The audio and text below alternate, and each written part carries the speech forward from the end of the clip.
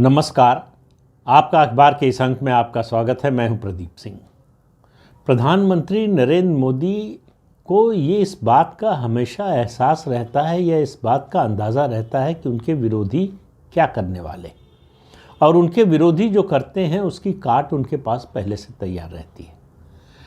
विपक्ष बड़ा खुश था, उसको लग रहा था कि उसको एक 2024 के लिए एक नैरेटिव मिल गया है कास्ट सेंसस का, जाति की राजनीति। हिंदुत्व को अगर काटना है, हिंदुत्व को कमज़ोर करना है, हिंदुत्व के प्लैंक को अगर गिराना है तो जाति की राजनीति करो। ये पिछले 75 साल से हो रहा है। अंग्रेज़ करते थे, वो बात छोड़ देते हैं। हम आज़ादी के बाद की बात करते हैं। आज़ादी के बाद से कांग्रेस पार्टी करती रही है, उसके बाद फिर मंडलवादी पार्टियां। उनके पास बीजेपी का जवाब देने के लिए एक ही हथियार था। उस हथियार को प्रधानमंत्री नरेंद्र मोदी ने भोथरा कर दिया। जननायक कर्पूरी ठाकुर, बिहार के पूर्व मुख्यमंत्री और बिहार के पहले गैर कांग्रेसी मुख्यमंत्री, इस बात पर ध्यान दीजिए, पहले गैर कांग्रेसी मुख्यमंत्री, उनको भारत रत्न देने का ऐलान किया है भारत सरकार ने। अब आप देखिए, पिछड़ा वर्ग से या अति पिछड़ा वर्ग से वो किसी को भी चुन सकते थे। उन्होंने चुना किसको? कर्पूरी ठाकुर को, जो अति पिछड़ा वर्ग से आते थे, जो यादवों और पिछड़ा वर्ग में जो एक तरह से सवर्ण माने जाते हैं उनके सताए हुए थे, उनसे भी कष्ट भोगे हुए थे, उस समाज के यानी नाई समाज के थे। और मामला केवल उनके शुरुआती दिनों का या बहुत पुरानी बात आज़ादी से पहले की या आज़ादी के शुरू के दिनों की नहीं कर रहा हूँ। जब वो मुख्यमंत्री बने तो अब आप देखिए कि किस तरह की भावना थी उनके समाज के लोगों के प्रति, जो उस नारे से प्रकट होती है। जब मुख्यमंत्री बने तो उनके खिलाफ नारा क्या लगा? नारा लगाने वालों में कांग्रेसी सबसे आगे थे। नारा क्या लगा? कर्पूरी कर पूरा, छोड़ कुर्सी उठा उस तरह। यानी अपना जो पारिवारिक व्यवसाय है उसमें चले जाओ, राजनीति छोड़ दो। राजनीति किसके लिए है? आपके लिए नहीं है, ये बताने की कोशिश हुई। कर्पूरी ठाकुर वो नेता हैं, वो जननायक हैं जिन्होंने देश में पहली बार अति पिछड़ों के लिए रिजर्वेशन की, आरक्षण की व्यवस्था की। पिछड़ा वर्ग के आरक्षण के अंदर अति पिछड़ा वर्ग के लिए आरक्षण की व्यवस्था की। एक तरह से पायनियर हैं अति पिछड़ा वर्ग की राजनीति के, या आप कह सकते हैं कि उसके जनक हैं। उनको चुना प्रधानमंत्री ने भारत रत्न देने के लिए। और ये जो जाति की गणना, जाति की राजनीति, फिर से मंडल 2 लाने की कोशिश, इस सब को हवा में उड़ा दिया। कर्पूरी ठाकुर के बारे में बहुत सी बातें हैं। एक घटना का जिक्र आज ही छपा है कि उनके बहनोई जब वो मुख्यमंत्री थे तो सिफारिश कराने के लिए आए कि नौकरी दिलवा दें, कोई सरकारी नौकरी दिलवा दें। मुख्यमंत्री के लिए एक व्यक्ति को सरकारी नौकरी दिला देना, और वो भी उस समय में, बहुत ही आसान बात थी। उन्होंने अपनी जेब से उनको 50 रुपये दिए और कहा कि जाओ सामान खरीदो और अपना जो पुश्तैनी व्यवसाय है वो करो। मतलब अपने बहनोई को भी नौकरी नहीं दिलाई। ऐसे लोग राजनीति में नहीं आते, ऐसे लोगों को राजनीति में बढ़ाया नहीं जाता, क्योंकि वो मिलजुल कर लूट की संस्कृति में विश्वास नहीं करते। तो ऐसे लोगों से सबको परेशानी होती है। ईमानदार लोग बेईमानों की नींद हराम करने वाले होते हैं, इसलिए राजनीति में ईमानदार को या तो आने नहीं दिया जाता, या आ गया तो रहने नहीं दिया जाता। अब उनकी महत्वाकांक्षा, या कहें उनकी जो आकांक्षा थी, या राजनीति के बारे में उनकी जो सोच थी, और जिस तरह के मितव्ययी व्यक्ति थे राजनीति में भी रहकर, उसका एक उदाहरण देता हूँ, आपको बताता हूँ। ये किस्सा सुनाया हुआ चंद्रशेखर जी का, जो पूर्व प्रधानमंत्री देश के रहे हैं। उन्होंने सुनाया किस्सा।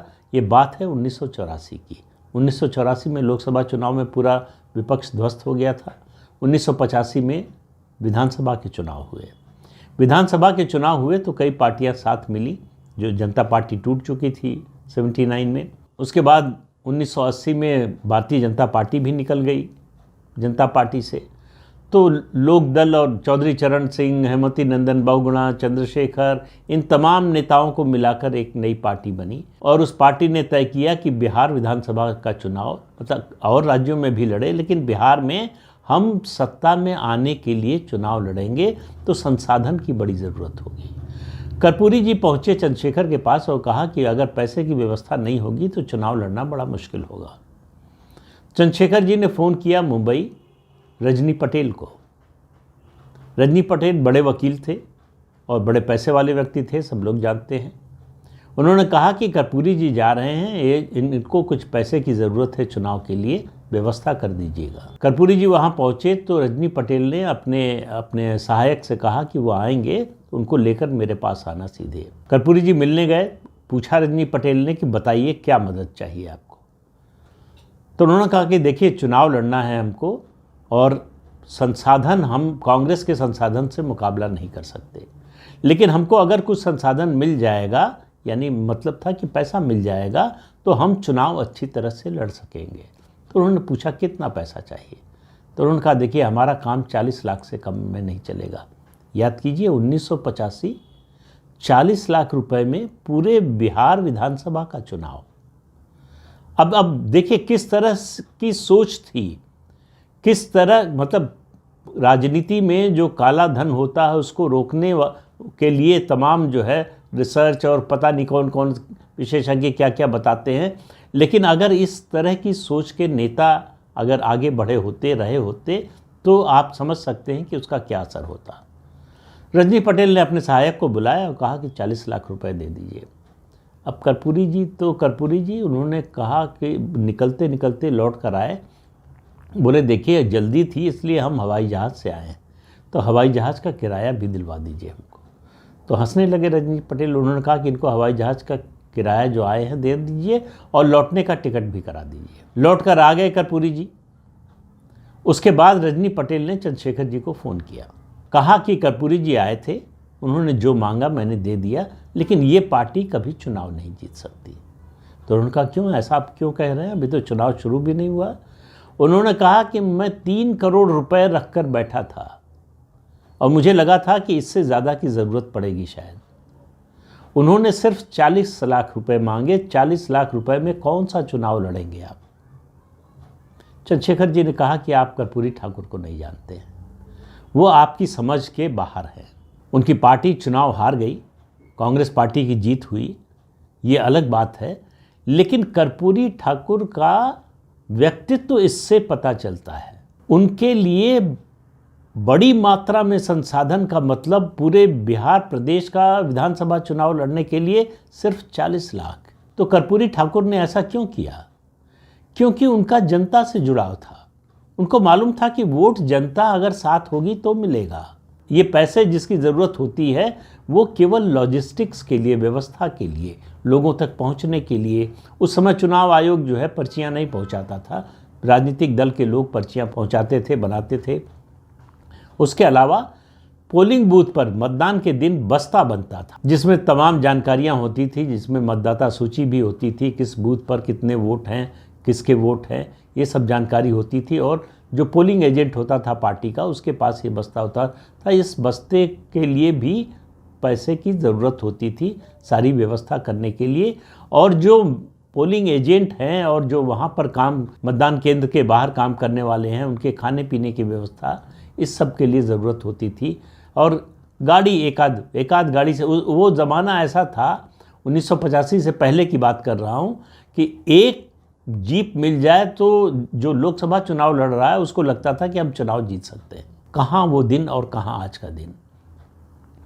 तो जाति की राजनीति करने वालों को ये पता नहीं है कि भारतीय जनता पार्टी खास तौर से पिछड़ा और अति पिछड़ा वर्ग की राजनीति में उनसे बहुत आगे है।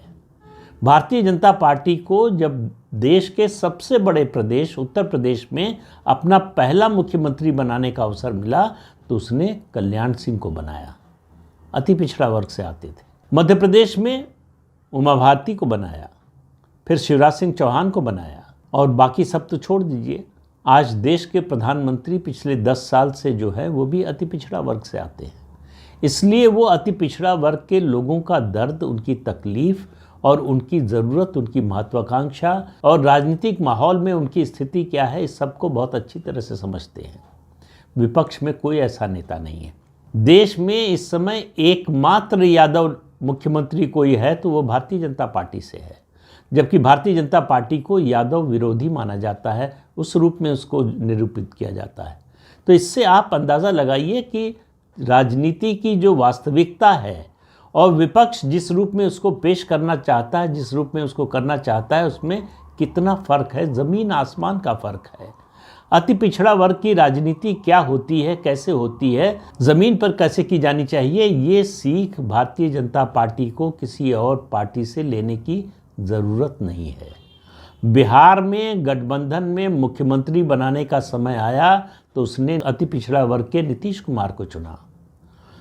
बीजेपी चाहती तो किसी और को भी बना सकती थी, बीजेपी चाहती तो अपना भी मुख्यमंत्री बना सकती थी, लेकिन बीजेपी ने नीतीश कुमार को बनाया। और जब जब मौका मिला, 2005 में 2 बार, उसके बाद 2010 में, फिर 2017 में और फिर उसके बाद 2020 में, इतनी बार नीतीश कुमार को मुख्यमंत्री पद की शपथ दिलाई भारतीय जनता पार्टी ने।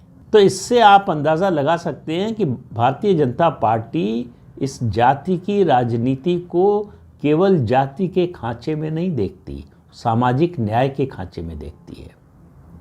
भारतीय जनता पार्टी ने जिस तरह से अति पिछड़ा वर्ग और पिछड़ा वर्ग के बीच में अपनी पैठ बनाई है, अपना जनाधार बनाया है, वो केवल भाषण से या वादों से नहीं बनाया है, वो संगठन में और सत्ता में हिस्सेदारी से बनाया है।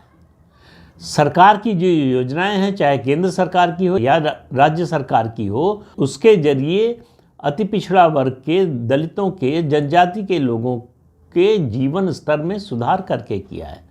वो चाहे उज्ज्वला योजना हो, चाहे प्रधानमंत्री आवास योजना हो, चाहे मुफ्त राशन की योजना हो, या इस तरह की तमाम जितनी योजनाएं हैं, इन सब का केंद्र लोक कल्याण, जो समाज के सबसे निचले पायदान पर खड़ा है, उसका कल्याण, उसके जीवन में बदलाव, उस लक्ष्य इन योजनाओं का वही है।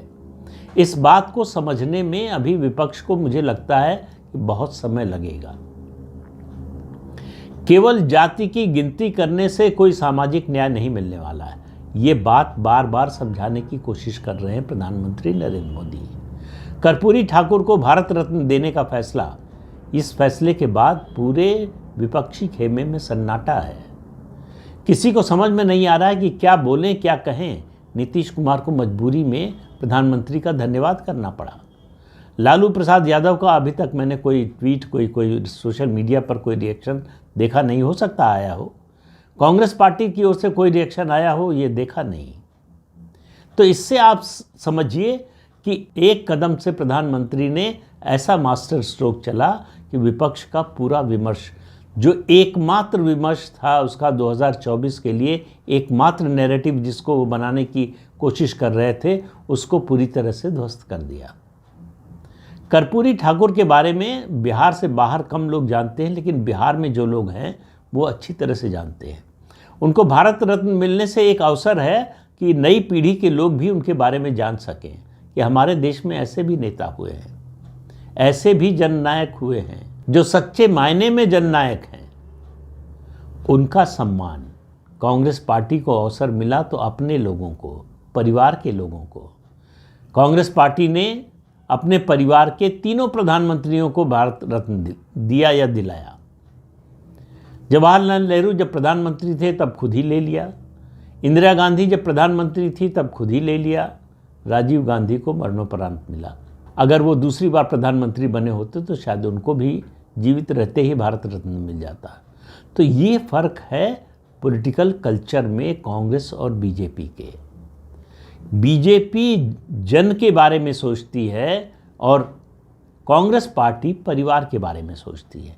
ये जो फ़र्क है वो लोगों को दिखाई देने लगा है, लोगों को समझ में आने लगा है, और उसी का नतीजा है कि चुनाव के नतीजों में वो परिलक्षित हो रहा है। तो प्रधानमंत्री का एक कदम पूरे विपक्ष पर बहुत ज़्यादा भारी पड़ने वाला है। अभी तो जैसे जैसे ये चुनाव प्रचार शुरू होगा, 4 फरवरी को बिहार में प्रधानमंत्री की पहली चुनावी रैली होने वाली है। हालांकि औपचारिक रूप से चुनावी रैली की घोषणा नहीं की गई है, लेकिन उनकी पहली सभा जो है चुनाव के इस मौसम में बिहार में होने वाली है 4 फरवरी को। वहाँ से आपको कर्पूरी ठाकुर के सम्मान की जो गूंज सुनाई देगी वो पूरे बिहार में उसकी प्रतिध्वनि सुनाई देगी और विपक्ष के लिए भाजपा को पिछड़ा और अति पिछड़ा विरोधी बताना लगभग असंभव हो जाएगा। तो इस अंक में इतना ही। अगले अंक में फिर मिलेंगे किसी नए मुद्दे के साथ। तब तक के लिए अनुमति दीजिए। आपसे अनुरोध है कि चैनल देखिए, शेयर कीजिए, लाइक कीजिए और सब्सक्राइब ज़रूर कीजिए। नमस्कार।